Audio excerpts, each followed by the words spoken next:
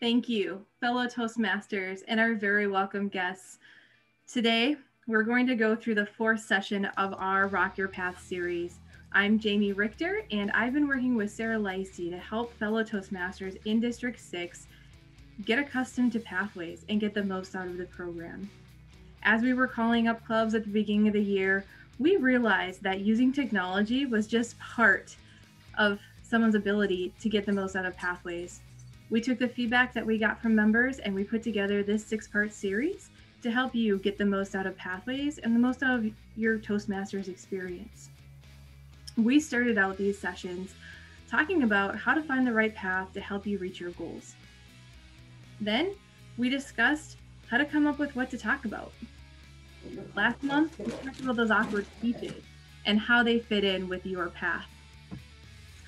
Today, we're going to talk about those points where you have a fork in the road and you have to make a decision where you want to go. And you have to figure out what projects, paths, and roles that you can take to help make progress towards those goals. Over the next 2 months, we have 2 more sessions after this. We'll talk about some of the projects that are coming up later in your path, and then we'll talk about how do you get the Distinguished Toastmasters Award. Before I get started with today's topic, I have a story for you. Have you ever gone driving back when you were a kid with your parents, grandparents, before we had cell phones, for the handy GPS? I went on a lot of road trips. My favorite road trips were with my grandparents. My grandpa drove, my grandma, she told him where to go. Let's leave it at that. I still remember the days before they would get out a map and they would plan their route. Well, Grandma planned her route. Grandpa had to watch. She'd plan her route, she'd plan several alternates, and then fold up her map and get everything ready. We'd have our map. We'd have Grandpa's handy dandy cell phone. That's what they looked like in the past. Food to go, and we were ready to go. It's funny, we always brought my grandpa's cell phone. It came in a bag like this. It looked a lot like a house phone, and I only saw him use it once.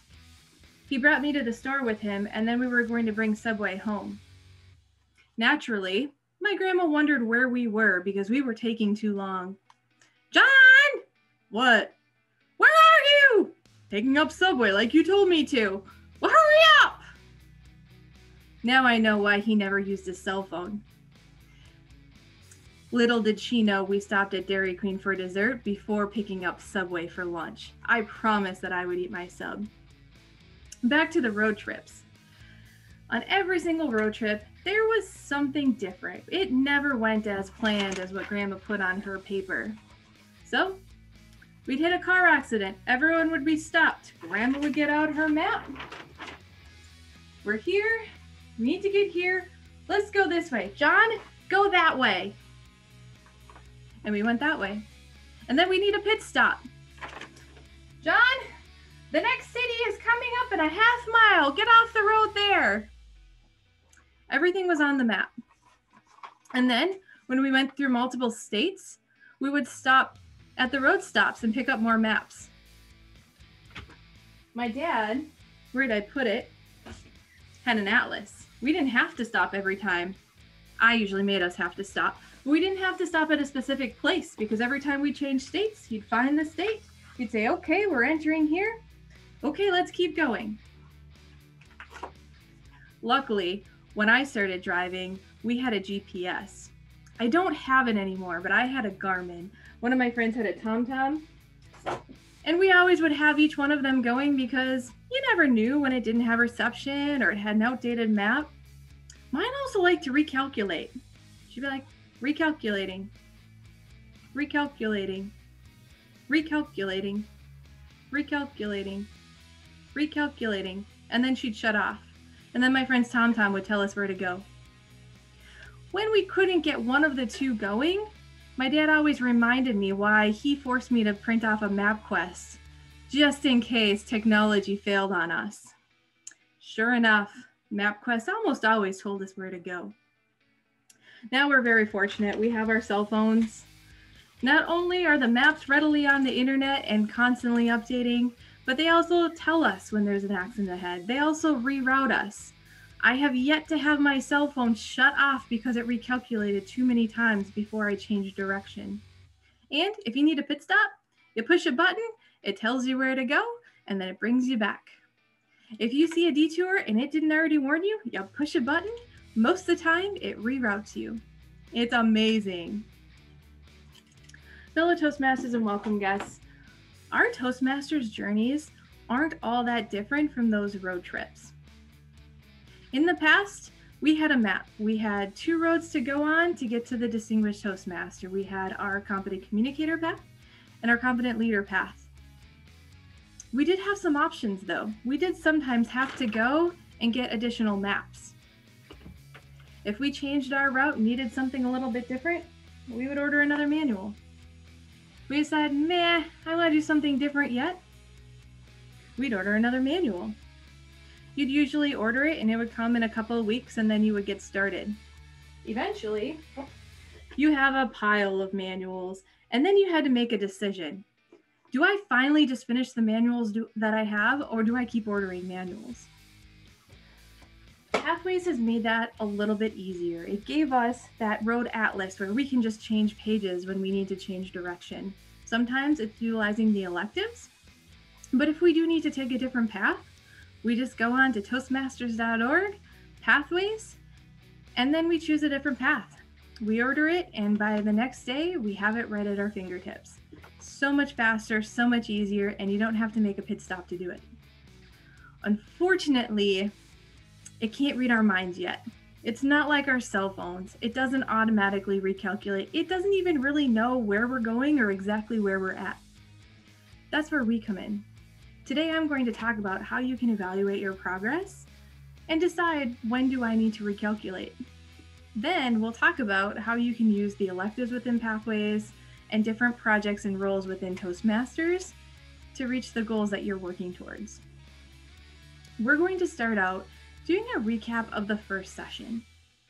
For those of you who haven't seen the first session, that's okay. I highly recommend you go back and watch it. It's on the District 6 website. We started with thinking about where we were at that point in time. It was January 2021. Many of us were still working from home. Those of us working in the office typically had to wear a mask and had very structured assignments. Many of us had kids at home. Many of us were excited to hear that kids were potentially going to be going back to school. Then we thought about our goals. Where do we want to go with our career in the next 30, 60, 90 days, the next year, the next 5 years? Where were you at in January 2021?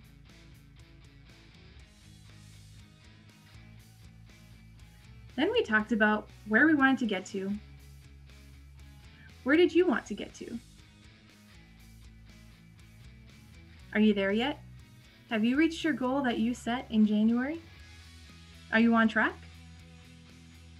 Or did you maybe take a little bit of a detour? Any one of those are okay.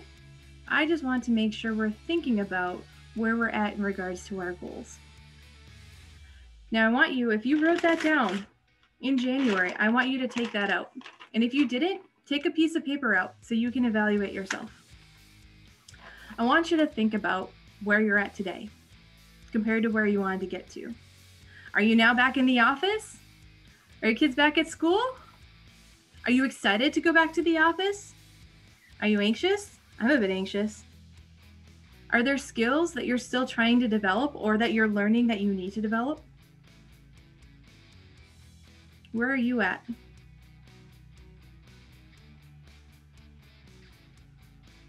Where do you want to get to? Is it the same as where you wanted to get to in January, or has it changed a little bit through the year? Where do you want to get to? I want you to write that down. I want you to really think about that. We also talked in the first session about who's in your crew. Who are the people on that road trip with you that are there every step of the way, encouraging you, cheering you on, holding you accountable? Who are those people in January? If you have a list, look at your list. If you haven't, start writing your list. Who are those people? If you already have your list, I want you to look at those people and think about who isn't in your crew anymore. For whatever reason, they maybe moved, they maybe have other things going on. I just talked with someone today that got married at the same time as me and they're having a baby. She's just no longer in my crew right now because she has other things that she needs to work on. Who is no longer in your crew that you're just not going to be able to hang on? Who's added to your crew? Who are some new people that weren't on your list in January that you're realizing are going to be on this journey with you? Maybe new coworkers, friends that you haven't seen in a while that you're now able to hang out with again. Who else is in your crew? New Toastmasters. I know several clubs are saying that they're starting to see some new members. Who are some people that maybe aren't in your crew today, but you're starting to realize maybe people that would be very helpful for your journey? I know for me, I've learned that Linda Dorn, the incoming program quality director, was someone that I worked on with the contest when we had to bring them virtual. We ended up working together and we really enjoyed that time. I learned a lot from her. Hopefully she learned a lot from me and we laughed a lot, even though it was a stressful time. We get to work together again this year and I'm very excited. So I got to write her down again that she's on my crew this year. I also think about my dog. We got him late last year. He was our security guard, but that just wasn't working out. He's now my trainer. Every time I put food in my mouth, he's there staring at me. Is that something good? If I'm eating vegetables, he leaves me alone. If I'm eating peanut butter, he's in my face.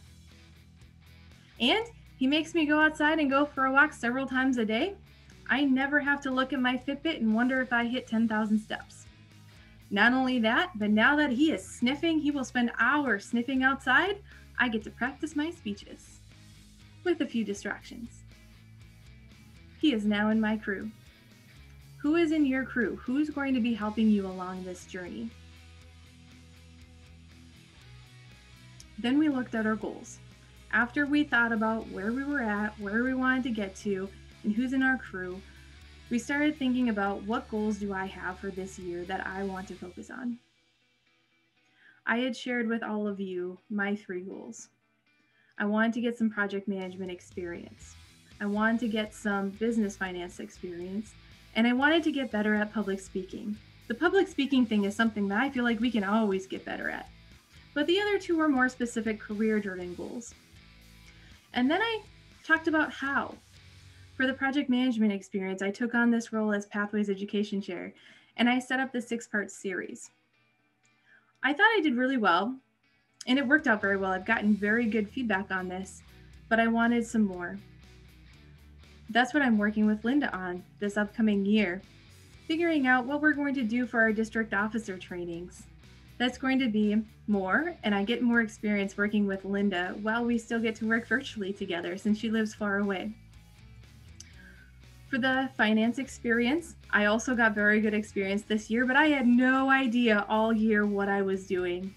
This next year, I will re-up my term, this time using the information that I learned this year and actually knowing what I'm doing, and hopefully training in the next district finance manager. What are your goals? Have you hit the goals that you set in January? If you have, are you expanding on them and continuing them? Or do you have a different goal to replace them? You're never done. It's just, what are you going to work on? Do you have goals that you're on track for? I want you to think about, are there additional things that you need to do to stay on track?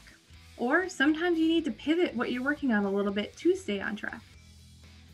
What do you need to do to stay on track for those goals?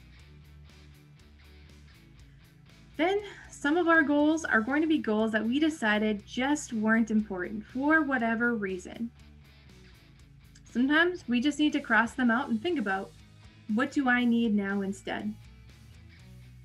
I want you to look at your goals that you wrote down, or if you haven't written them down yet, write down some goals. Because you're going to bring that to your crew. How can your crew possibly go on that journey with you if they have no idea where you're going? Some people will. I know one of us talked about her husband. Unfortunately for our husbands, they will go wherever we tell them to go. You heard the story about my grandma. My grandpa went wherever she told him to go. And then when he went off track, fancy dancy cell phone rang. But not all of our friends are going to want to go to Florida with us or the other side of the continent. We need to make sure they know where we're headed and can help hold us accountable to getting there. Now that we've recapped where we're at, where we want to get to, now we need to think about how we're going to get there. We've already talked about pathways, how to choose the right path to fit your goals. But sometimes you get to level 3 and 4, and then you start thinking about, my plans have changed. I don't necessarily need what I needed when I chose this path. And then you have to decide, what do I do from here? Let's start with electives. One thing you'll notice as you get into the later levels, you start seeing electives. You start seeing different options on purpose, because there's no way you would know in January what you need at the end of the year or at the end of your path. But those electives make it more flexible for you to fit your needs. You'll also notice that many of the electives show up again in different pathways. You'll always see something about body language. You'll always see something about vocal variety.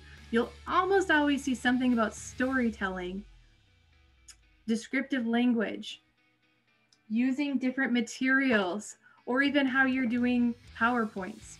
Those are very common because no matter what you're working on, if you can't provide an entertaining experience for the people taking in your message, you will not be as successful in being able to present messages to others.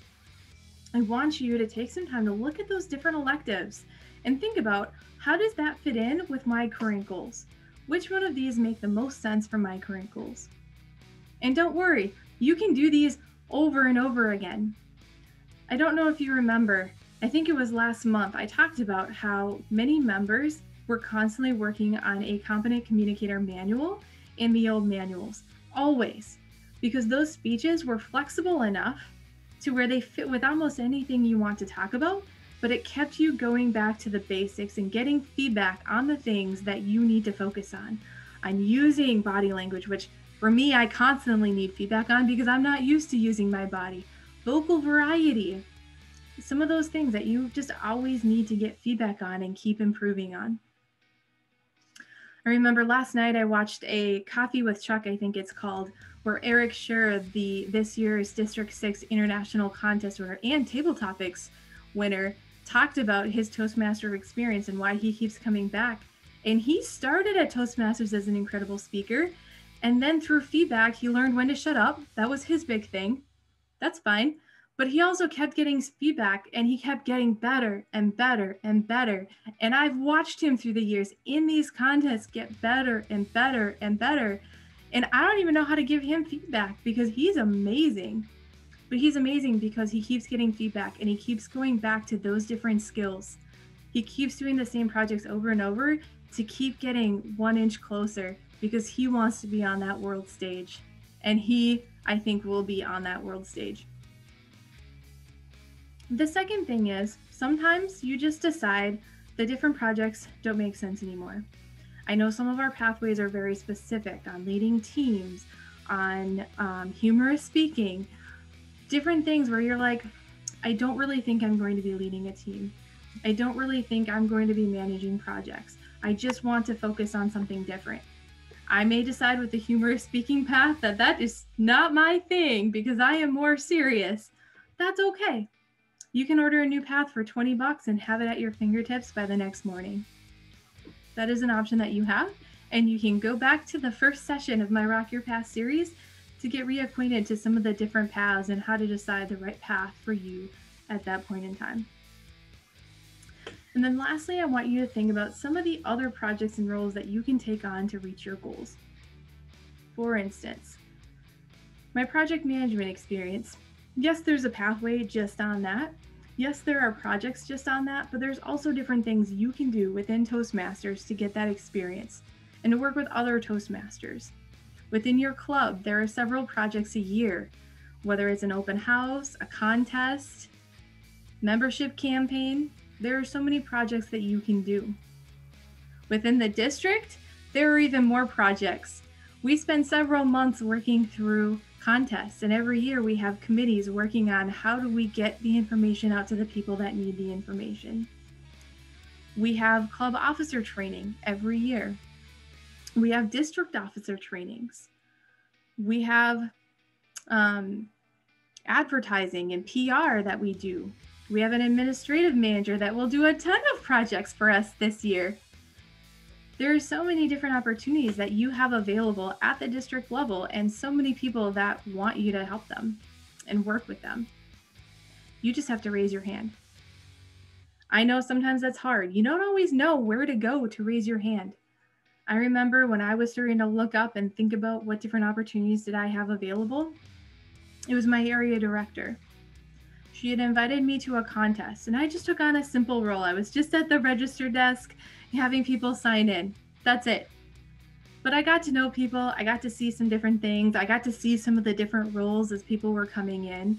And the next contest, I took on the chief judge role. That was a little bigger role and a lot to learn, but I did it. And then the next year, I was an area director. And then I kept going from there. The more people I met, the more people asked for help with different things, the more experiences that I got. And the more I raised my hand. You may not know your area director well, or may not get the opportunities from them. There are other ways you can raise your hand. At events like this, there's typically several district leaders on every event that you can talk to. Today, we have 2 of them. And me, I guess 3 of us. In many clubs, you'll have people that participate at a district level. We also have our District 6 website. We have a Helped Wanted page that specifies different roles that we are specifically looking for, and it gives descriptions and an ability to apply. Then our district director will reach out to talk to you about the role and make sure you're interested and know what to expect. We also have a page on the Speakers Bureau. This is a way for you to raise your hand if you just want to do speeches, if you want to do training or different speeches. We do our monthly motivation. We do things like this. If you want to do a specific type of speech, you can raise your hand there and say, here's what I'm looking to do. And then you'll be on a list for the district leaders to use for different events. You can also just email any one of us. If you know any of the leaders here and you have something that you want to do, reach out, say, hey, I'm trying to do this. You know anyone that would be able to help me figure out the right fit within the district? I have yet to find someone that isn't willing and happy to help. Not only that, but look at your club too. I know I've gotten so much experience within my clubs with the PR side of things. One of my clubs has a website that I've learned how to update. Facebook and Meetup and LinkedIn, all of the social media platforms. Take that time to think about within my club, these are the goals that I have. How can I use these goals to help my club grow or help my members shine? You have so many opportunities. You just have to raise your hand and say, I want to do this. I want this experience. And there are so many people who are willing to help. So many people with different experiences that will teach you the different things that you're wanting to learn. Fellow Toastmasters and welcome guests, take that time to raise your hand, whether it's public speaking or different roles. That's a big part of your Pathways experience. Before we head on to the discussion portion of this meeting, I do have some announcements from the district. I wrote them down.